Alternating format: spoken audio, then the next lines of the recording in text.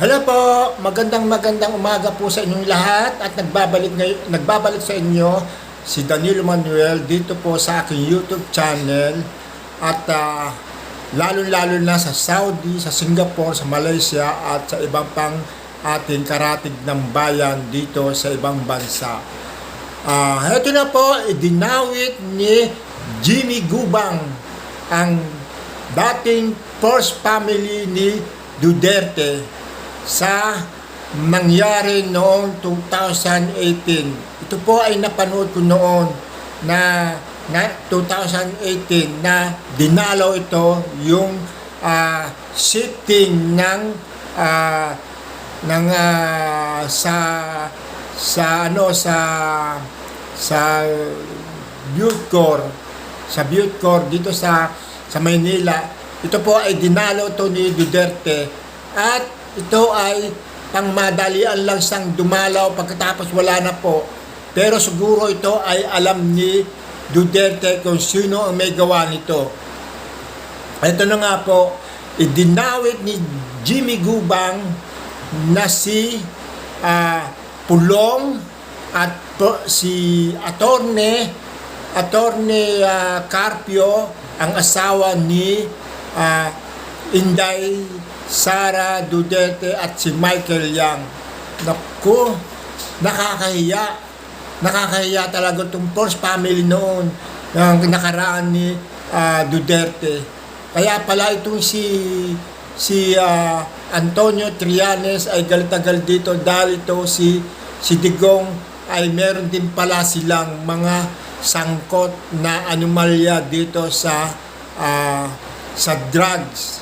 Kaya pala totoo nga, yan ba ang taong ating pinagkakatiwalaan? Naku, nakakahiya sila, nakakadiri silang pamilyang ito, masyado silang garapal, di ba?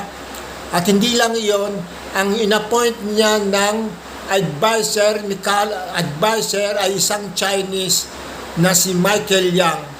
Dapat ba siyang mag-appoint ng isang Chinese? Pala naman ito ang trabaho ay isang tungkol sa drugs. Kaya pala ang mga family ni Digong ay yumayaman sa La Suhara, sa La Baste at lalong-lalo na si Pulong. Mayayaman na sila. Marami na silang ari-arian na bibili dahil sa mga kanilang ginagawang mga kahayupan dito sa ating Pilipinas. Di ba? Kaya nabulgar sila ang kanilang ang kanilang mga maruruming ginagawa sa ating lipunan. Yan ba ang mga iboboto natin? Mga drug lord? Mas lalo yung pagkain nanalo pa yun sa Senado, hindi karapat-dapat. Mali. Diba? Nadighay ako. Paano po yan? Kayo na po ang humusga kung talagang meron silang hindi ginagawang masama. Tapos sasabihin nila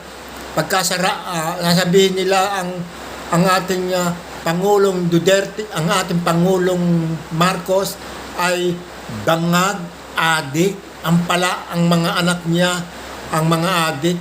Nakakahiya, mga mamamatay tao pa.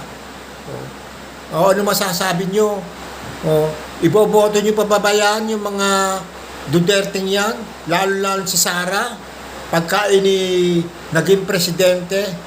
Nakakahiya, adik ang ating iboboto. At hindi lang yon, isa pala itong mga drug lord. Hindi dapat ito maging public servant ng ating Pilipinas. Baka ito'y maging pulot dulo ng kasiraan ng ating bayan. Lalo na si Sara. Sara, tumigil ka na. Huwag ka nang kumandidato dahil alam na namin ang baho ng inyong pamilya. Para kayong mga linta sa lipunan. Tapos boboto pa kayo, kakandidato pa kayo para lokohin nyo lang ang taong bayan. Paano po Sana po masubaybayan nyo po ang aking YouTube channel at meron po akong magandang mga balita para sa inyo. Maraming salamat po. Bye-bye. Thank you po.